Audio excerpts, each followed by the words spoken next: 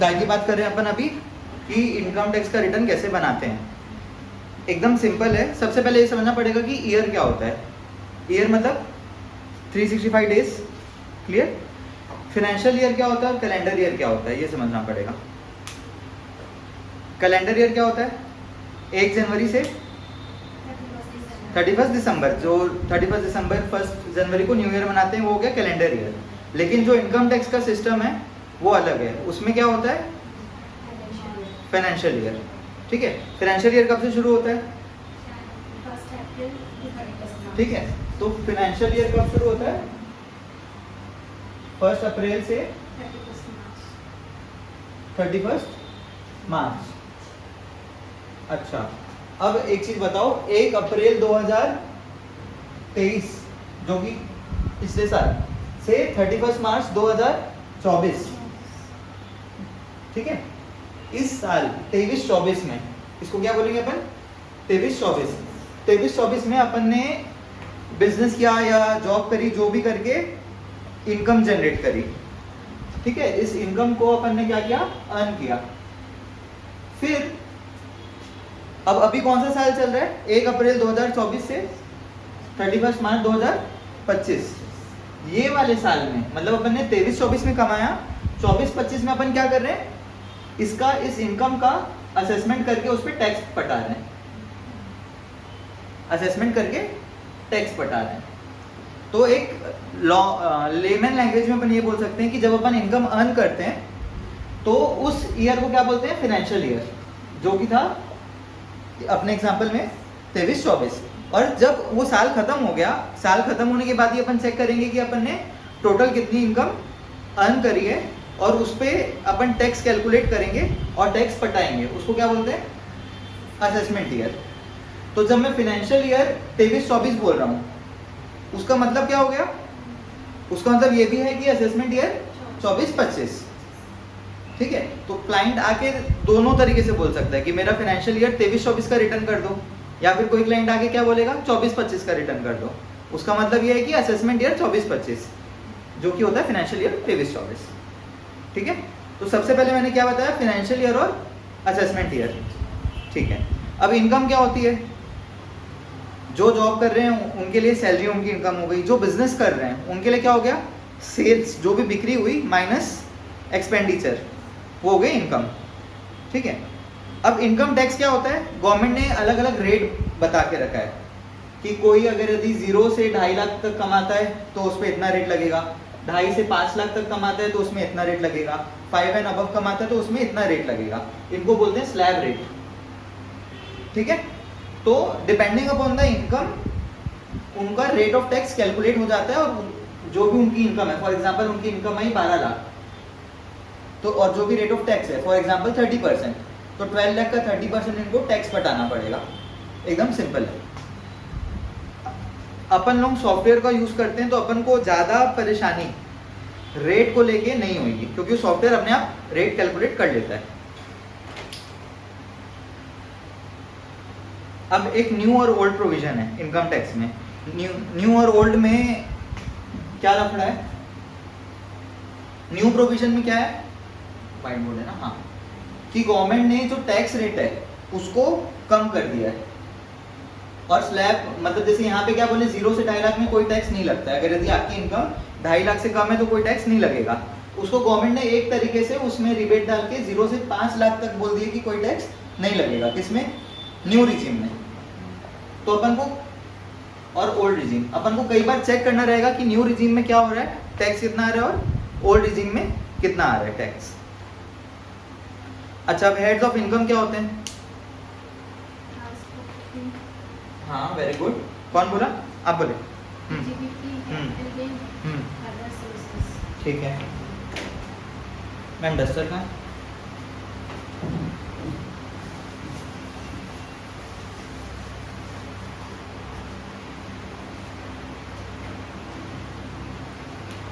जो income tax act है उसके हिसाब से इनकम के 5 हेड होते हैं, ठीक है।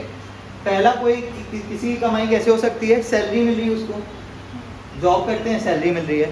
दूसरा क्या होता है?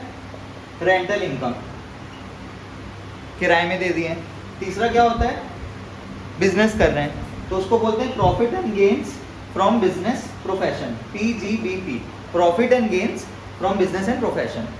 चौथा क्या हो सकता है, कैपिटल गेन। इसका मतलब क्या हुआ, मैंने कोई ज़मीन खरीदी थी 10 साल पहले और अभी बेच रहा हूँ, उसका जो प्रॉफिट हुआ वो कैपिटल गेन हो गया। और पांचवा क्या हुआ, जो बचे, मतलब इनके अलावा, ये चारों के अलावा जो भी बचा उसको क्या बोलेंगे, अदर सोर्सेस। ठीक है, तो जब भी आप लोग कोई भी ITR का फाइल बनाओगे, ITR बनाओगे, तो जो भी इनकम रहेगी वो इन पांचों सोर्सेज के अलावा और कहीं नहीं आएगी, ये पांचों सोर्स में आपको डालना रहेगा। ठीक है, तो समझ आ जाएगा। रेंट रहेगा तो आपको उसका रेंट का कुछ ना कुछ उसके उनके डॉक्यूमेंट में दिखेगा। सैलरी रहेगी तो सैलरी की स्लिप रहेगी। बिजनेस रहेगा तो उनका बिजनेस का डिटेल रहेगा। मतलब आपके जो डिटेल क्लाइंट ला के देंगे उससे क्लियरली एविडेंट रहेगा कि कौन से हेड में, बोलो कौन से हेड में क्या है, इनकम, कौन से हेड में वो इनकम है, वो आपको डॉक्यूमेंट देख के समझ आ जाएगा।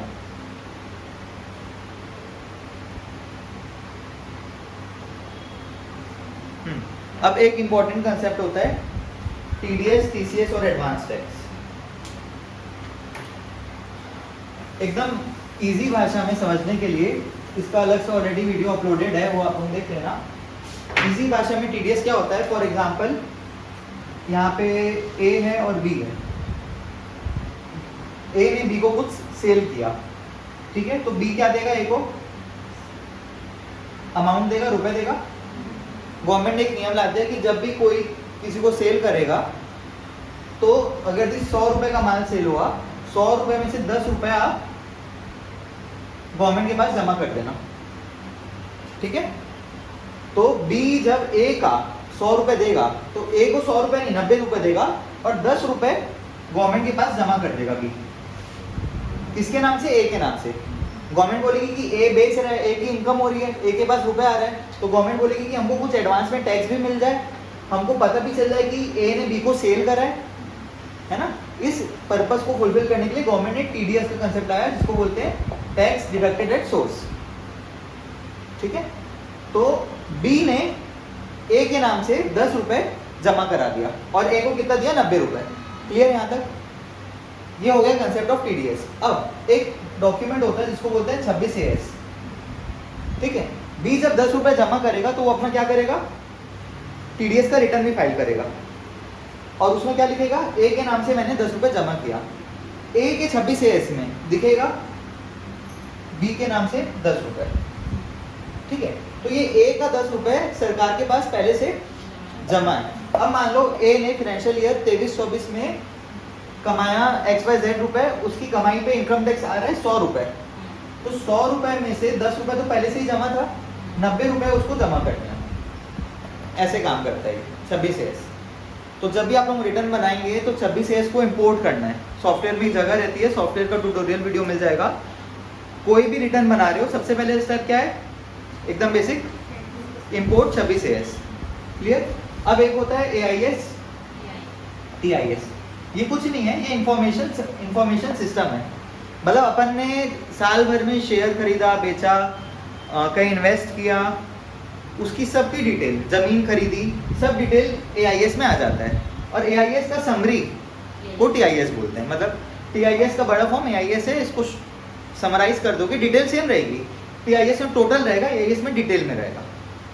इसको भी, इन दोनों को भी इंपोर्ट कर लेना है, तो जो भी रेलेवेंट डिटेल है वो अपने ITR में आ जाएगा। ठीक है, अभी तक मैंने क्या क्या बताया आप लोगों को, बोलो। हाँ हाँ, और हेड्स ऑफ इनकम। ठीक है ना। अब अपन बात कर रहे हैं प्रोसीजर की, कैसे काम शुरू करना है, कैसे ITR बनाना है।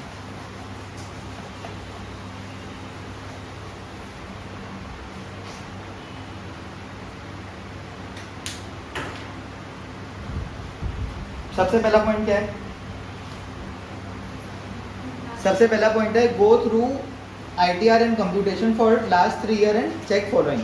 मतलब जो भी क्लाइंट है, उनकी पुरानी फाइल है अपने पास, उनके पिछले 3 साल का ITR और कंप्यूटेशन आप लोगों को गो थ्रू करना है। गो थ्रू और पढ़ने में बहुत फर्क है। गो थ्रू मतलब स्पीड से देखते जाओ क्या क्या है, कौन कौन से हेड्स में इनकम है, क्या ये सैलरी वाला है, क्या इसकी रेंट इनकम है, कि इसकी बिजनेस वाली है, कि दोनों है या तीनों है, कुछ भी हो सकता है। ठीक है, तो पिछले 3 साल में जो था अपन कह सकते हैं कि ऑलमोस्ट इस बार भी वैसी रहेगा। अगर दी पहले रेंट आ रहा था तो अभी भी रेंट आएगा, अगर दी पहले सैलरी आ रही थी तो अभी भी सैलरी आएगी जनरली। ठीक है ना। तो अब पिछले बार क्या क्या चेक करना है, सबसे पहला है टर्नओवर। टर्नओवर मतलब कितनी बिक्री हुई, अगर दी बिजनेस करता है तो कितनी बिक्री हुई, टर्नओवर चेक करना है। उसके बाद क्या चेक करना है कि पिछले 3 साल में प्रॉफिट कितना था। ठीक है ना, अपन चेक कर सकते हैं कि भाई फर्स्ट ईयर में 1 करोड़ का सेल हुआ, उसके अगले साल में 1.5 CR का, उसके अगले साल में 2 CR का। तो अपन को दिख रहा है कि सेल बढ़ते जा रहा है। तो इस बार भी अपन बोल सकते हैं ये ट्रेंड देख के कि इस बार भी सेल बढ़ेगा। वैसे ही प्रॉफिट चेक करना है सिमिलर में सेंस में। फिर उनकी कोई हाउस प्रॉपर्टी में इनकम है क्या, रेंटल इनकम है क्या, पिछले बार मतलब 3 साल में आप जो चेक करोगे, सैलरी की इनकम है क्या, और पीजीबीपी की इनकम है क्या। ठीक है, अब पीजीबीपी में आप देखोगे एक हो गया रेगुलर इनकम, मतलब प्रॉफिट एंड लॉस बना हुआ है प्रॉपर, उसमें प्रॉफिट आ रहा है, वो प्रॉफिट पीजीबीपी में अपन शो करते हैं। पहला केस ये हो गया। दूसरा केस क्या हो सकता है, सेक्शन 44 AD। अब ध्यान दो सब लोग, क्या लिख रहा हूं मैं यहाँ पे, 44 AD।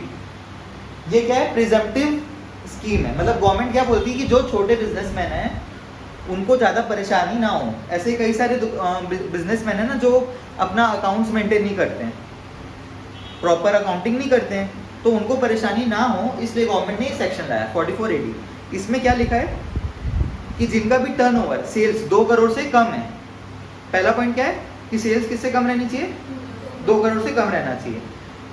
उनको गवर्नमेंट ने ऑप्शन दिया है कि आप मिनिमम 8% प्रॉफिट डिक्लेयर कर दो। यानी कि अगर यदि 1.5 CR का उनका टर्नओवर है तो इंटू 8% जो भी अमाउंट आता है उतना प्रॉफिट डिक्लेयर कर दो, उतना प्रॉफिट डिक्लेयर करो। फिर इस प्रॉफिट पे क्या होगा, टैक्स रेट लगेगा, जो भी उनका स्लैब के हिसाब से टैक्स रेट आएगा, टैक्स रेट लगेगा इसके ऊपर, फिर उनका आ जाएगा क्या, टैक्स। सिंपल। सबसे पहले उन्होंने क्या बताया 44 AD किनके लिए, स्मॉल बिजनेस ओनर्स के लिए। इनका टर्नओवर क्या है, मैक्सिमम 2 करोड़। बोलो सब, मैक्सिमम टर्नओवर कितना है, 2 करोड़। और उसमें मिनिमम कितना प्रॉफिट शो करना है, 8%। ठीक है, तो जो भी टर्नओवर है उसका इंटू 8% कर देंगे।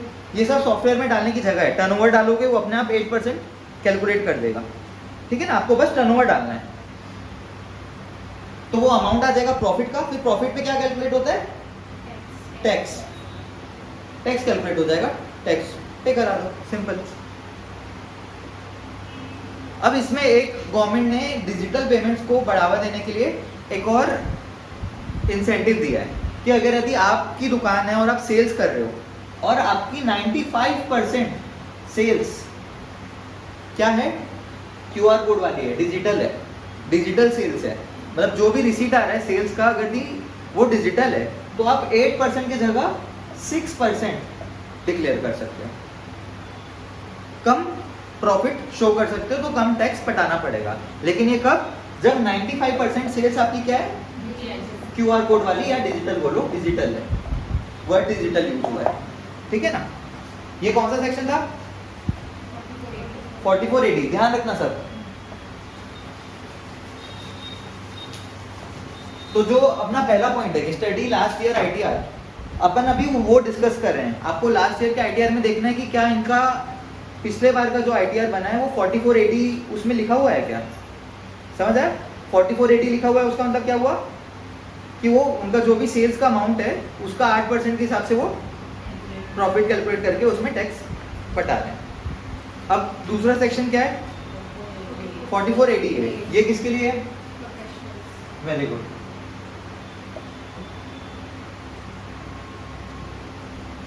प्रोफेशनल्स के लिए। प्रोफेशनल्स मतलब चार्टर्ड अकाउंटेंट, इंजीनियर, आर्किटेक्ट, और क्या हो गया, इंटीरियर डिजाइनर, डॉक्टर्स, ये सब हो गए।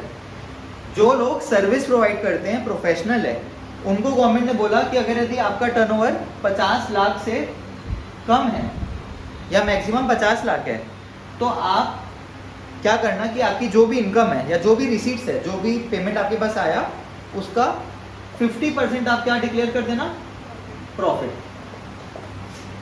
ठीक है, यानी कि अब मान लो मैं चार्टर्ड अकाउंटेंट हूँ, मेरे बैंक में 25 लाख रुपए आया, तो 25 लाख का 50% 12.5 लाख मैं मेरा प्रॉफिट डिक्लेयर कर दूंगा, प्रॉफिट। और इस पे फिर टैक्स लग जाएगा, टैक्स रेट लगेगा और टैक्स इस पे कटा दो। ठीक है ना। ये गवर्नमेंट क्यों बोल रही है कि आप 50% प्रॉफिट डिक्लेयर कर दो, क्योंकि ये सब छोटे लोग हैं, 50 लाख की उनकी सेल है साल भर में, वो अपना अकाउंट्स मेंटेन नहीं करते, उनको एक्चुअली में नहीं पता कि उनका प्रॉफिट कितना है। या गवर्नमेंट उनको एक कंफर्ट देना चाहती है कि आपको कुछ बुक्स ऑफ अकाउंट्स मेंटेन करने की जरूरत नहीं है, खाता भाई मेंटेन करने की जरूरत नहीं है, आप सीधा सीधा आपकी इनकम का 50% डिक्लेयर कर दो और आप 50% प्रॉफिट डिक्लेयर करो, उसमें टैक्स रेट कैलकुलेट करके टैक्स बता दो। क्लियर। अब लास्ट क्या है सेक्शन 44 AE, ये क्या होता है? हाँ हाँ हाँ हाँ, ये जितने भी सेक्शन हम अपन बात कर रहे हैं, ये सब सॉफ्टवेयर में इसका अलग अलग प्लेस है, आपको बस वहाँ डाटा डालना है। आपको सेलेक्ट करना है 44 AD या AE या ADA, depending upon the client. आप पिछले बार का कंप्यूटेशन पढ़ लोगे, उससे आपको समझ आ जाएगा। और फिर डाटा डालना है, टैक्स अपने आप कैलकुलेट हो जाता है, एकदम सिंपल है। मतलब अपन को टैक्स कैलकुलेट करने का काम नहीं करना है, अपन को बस ये समझना है कि वो उनका पहले कैसे होता था और उसी तरीके से अभी डाटा डाल देना है। ठीक है ना। और जो भी आप लोग जो भी कंप्यूटेशन ITR आप बनाओगे तो घबराना नहीं है, सब क्रॉस चेक होता है। आप बनाओ, चेक कराओ, कुछ भी गलती होगी तो कैच हो जाएगी। 44A ये क्या है बताओ? हाँ, जो लोग गुड्स ट्रांसपोर्ट करते हैं, यानी कि ट्रांसपोर्टर बोल दो लॉ में, लेमन लैंग्वेज में ट्रांसपोर्टर। ठीक है, कौन से ट्रांसपोर्टर? जिनके पास 10 से कम गाड़ियां हैं, समझ रहे हो? छोटे छोटे ट्रांसपोर्टर जिनके पास 10 से कम ट्रक है या 10 से कम ऑटो है, छोटा हाथी। क्लियर। इसका क्या रूल है कि भाई आप 7,500 रुपए पर मंथ, तो साल भर के लिए कितना हो गया? 12। 7,500 रुपए एक महीने का है इंटू 12, एक साल के लिए हो गया, इंटू नंबर ऑफ जितनी भी आपके पास ट्रक है। अगर मान लो मेरे पास 7 ट्रक है, तो 7,500 इंटू 12, मतलब ये एक साल का हो गया, और 7 क्योंकि मेरे पास 7 ट्रक है। ये जो भी अमाउंट आएगा ये मेरा क्या हो गया? प्रॉफिट हो गया। फिर इसमें मैं क्या करूँगा? इंटू टैक्स रेट, और जो भी आएगा वो मेरा टैक्स है, वो टैक्स बता दो। तो ये गवर्नमेंट ने किसके लिए रखा है ये स्कीम? छोटे ट्रांसपोर्टर के लिए। छोटे मतलब कौन? जिनके पास 10 से कम। ठीक है। अब एक और कौन सा हेड है? Other sources. जो भी इनकम इन चारों हेड में नहीं आती है, यानी कि रेंटल इनकम नहीं है, सैलरी की इनकम नहीं है, बिजनेस की इनकम नहीं है, और कैपिटल गेन नहीं है, वो क्या हो गया? अदर सोर्स में। अदर सोर्स का एग्जांपल बताओ। बैंक में सेविंग अकाउंट है, उसमें ब्याज मिला, वो क्या हो जाएगा? Income from other source. क्यों? क्योंकि वो रेंट भी नहीं है, सैलरी भी नहीं है, बिजनेस भी नहीं है वो, और कैपिटल गेन भी नहीं है। तो जितने भी इंटरेस्ट हो गए, या फिर कहीं से लॉटरी लगी, या कहीं पे प्राइज मिला, डिविडेंड मिला, ये सब क्या हो गया? Income from other sources.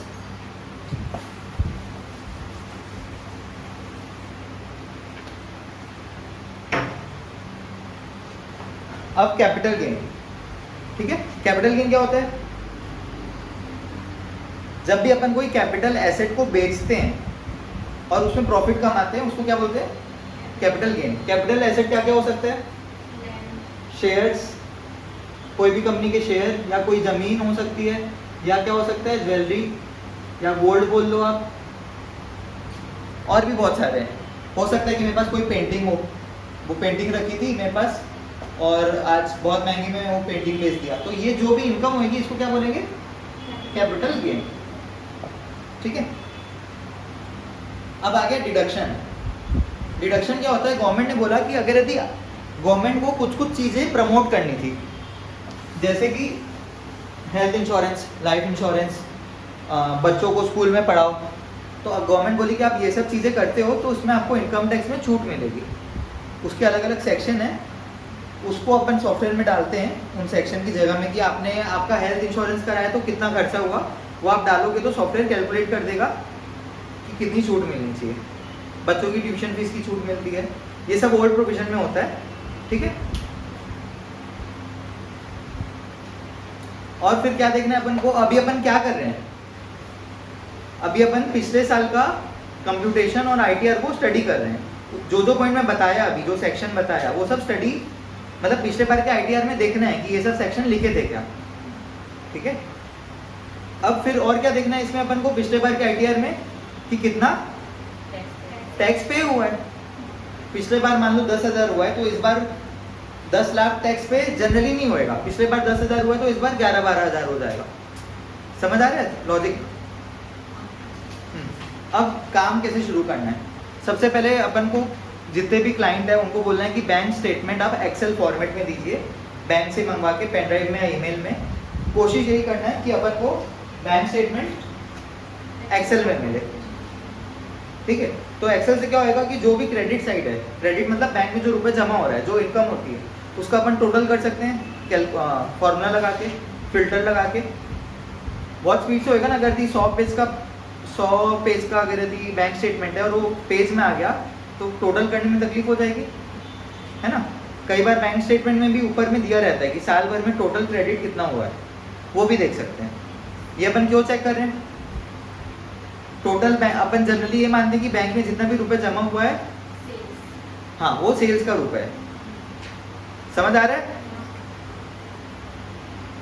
फिर आपको बनाना है अपने क्लाइंट के जितने भी बैंक अकाउंट है उसका एक लिस्ट बनाना है एक्सेल में। उस एक्सेल में क्या क्या रहेगा, सीरियल नंबर, ठीक है, बैंक नेम,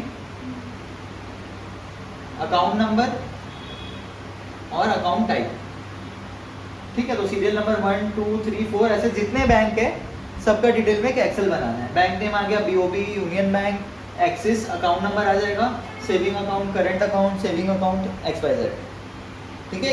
ये एक्सेल में बनाना है।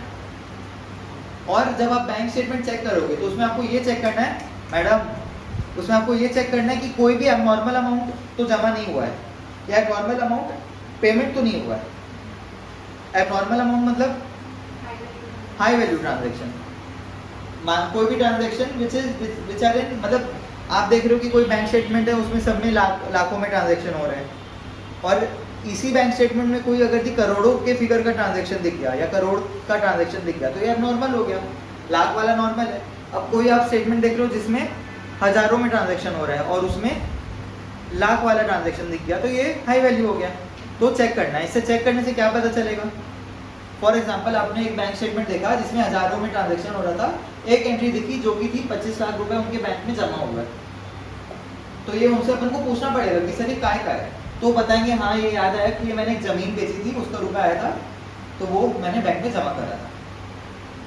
ये अपन को देखना बहुत ज़रूरी है, एबनॉर्मल ट्रांजैक्शन, ये पता चलेगा। फिर इसमें क्या करेंगे अपन, इस पर कैपिटल गेन वाले हेड में दिखाएंगे। उसके बाद क्या हो रहा है, अपन एक तो बैंक स्टेटमेंट से क्या निकालेंगे, टर्नओवर, ठीक है ना। जीएसटी अगर यदि उनका जीएसटी नंबर होगा तो जीएसटी में भी लॉगिन करके देखेंगे कि उस साल में उनका टर्नओवर कितना था, क्योंकि दोनों में क्या रहना चाहिए, बराबर रहना चाहिए। और बराबर नहीं है तो उन दोनों का क्या बनाना पड़ेगा, रिकंसिलिएशन, कि क्यों फर्क आ रहा है। कई बार फर्क भी आ सकता है, मैंने जमीन बेची, जमीन में गुड्स नहीं है तो मैं जीएसटी में नहीं दिखाता हूँ, लेकिन मेरे बैंक में तो आ गया, तो दोनों में डिफरेंस आएगा, तो रिकंसिलिएशन बना लेना है। सबसे पहला पॉइंट क्या बताया था मैं, डाउनलोड सभी सेल्स AIS TIS।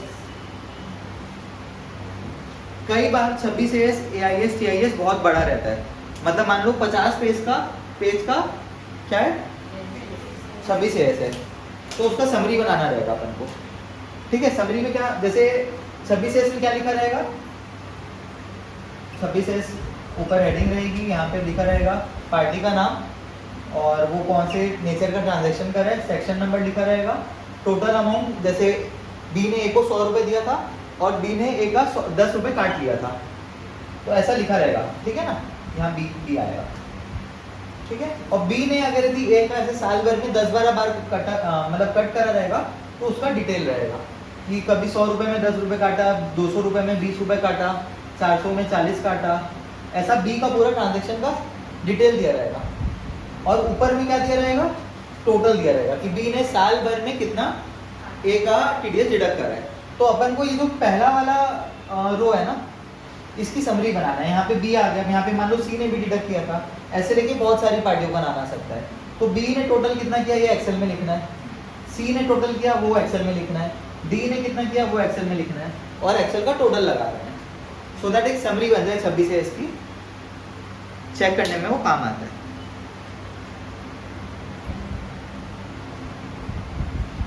फिर जितने भी लोग ओल्ड रिजीम में फाइल कर रहे हैं उनका चेक करना है कि वही डिडक्शन, ठीक है ना।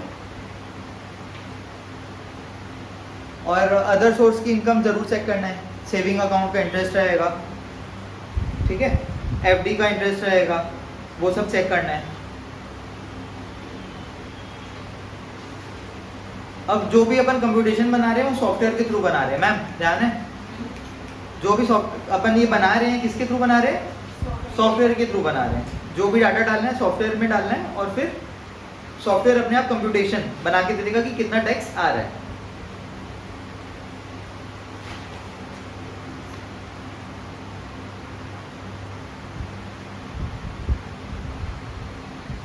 जब कंप्यूटेशन बन जाएगा आप चेक करने के लिए दोगे, उसके बाद आपको उनके इनकम टैक्स पोर्टल में लॉगिन करना है और वहाँ पे एक आउटस्टैंडिंग डिमांड करके एक टैब रहता है, उसमें चेक करना है कि कोई आउटस्टैंडिंग डिमांड तो नहीं है, ठीक है। और होगी तो फिर कम्युनिकेट करके वो उसको क्लियर करेंगे अपन। एक तो आउटस्टैंडिंग डिमांड चेक करनी है और दूसरी कि कोई भी नोटिस तो नहीं आई है क्लाइंट को, इनकम टैक्स डिपार्टमेंट से कोई नोटिस तो नहीं आई है। ये कहाँ दिखेगा, पेंडिंग ई प्रोसीडिंग करके एक टैब है, वहाँ दिखेगा ये इनकम टैक्स में। जिनका भी अपन आईटीआर फाइल कर रहे हैं उनका पैन और आधार लिंक रहना चाहिए। तो जब आप कंप्यूटेशन बना रहे हो सबसे पहले ये देखना पैन आधार लिंक है कि नहीं है, नहीं है तो पहले उसका प्रोसीजर करना पड़ेगा कि वो लिंक हो, ठीक है ना। और जिनका लिंक नहीं हो उनके में कुछ ना कुछ इशू होगा, पैन नंबर और आधार कार्ड में मिसमैच होगा, तो तुरंत बताना, उसको पहले अर्जेंटली ठीक करना पड़ेगा। अब कोई भी क्वेरी आई आप लोगों को बनाते वक्त तो क्या करोगे, आप लोग आईटीआर बना रहे हो और कोई भी क्वेरी आई तो क्या करोगे, हाँ किससे पूछोगे, नहीं मैं से पूछना, लेकिन मैं से आखिरी में पूछना क्या, हाँ सबसे पहले तो आप लोग जैसा मैम बोली कि पिछले साल का आप लोग चेक कर लो कि पिछले बार इस चीज़ का क्या हुआ था। तो पहला क्या हो गया, लास्ट ईयर चेक। उसके बाद क्या करोगे, इंटरनेट में सर्च करोगे। उसके बाद क्या करोगे, जो सॉफ्टवेयर है उनका हेल्पलाइन है, उनको आप कॉल कर सकते हो और उसी सॉफ्टवेयर में क्वेरी डालने का एक पेज है, उसमें क्वेरी डालना है, कॉल और क्वेरी दोनों करना है, ठीक है।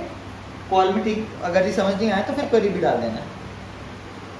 ये भी हो गया। उसके बाद क्या करना है, जो भी आपके सीनियर है उनसे डिस्कस करना है, और सीनियर से भी डिस्कस करने का सॉल्व नहीं हुआ तो फिर मेरे से डिस्कस करना है। और ये सब करने में आपको ऐसा नहीं कि कोई प्रॉब्लम है तो फाइल रख दी है फिर मैं आपसे आगे पूछ रहा हूँ कि क्या हुआ, ये सब आपको खुद करना है। और इंस्टेंटली ये सब करने के बाद अगर ये प्रॉब्लम सॉल्व नहीं हुई तो मेरे से डिस्कस करना है। सिंपल था, कोई डाउट किसी को, ठीक है। एक सॉफ्टवेयर वाला वीडियो है कि वो सॉफ्टवेयर को यूज़ कैसे करते हैं, उसकी लिंक ग्रुप में डाल देता हूँ मैं, वो सब लोग देखना और फिर काम शुरू करते हैं, ठीक है। बाय।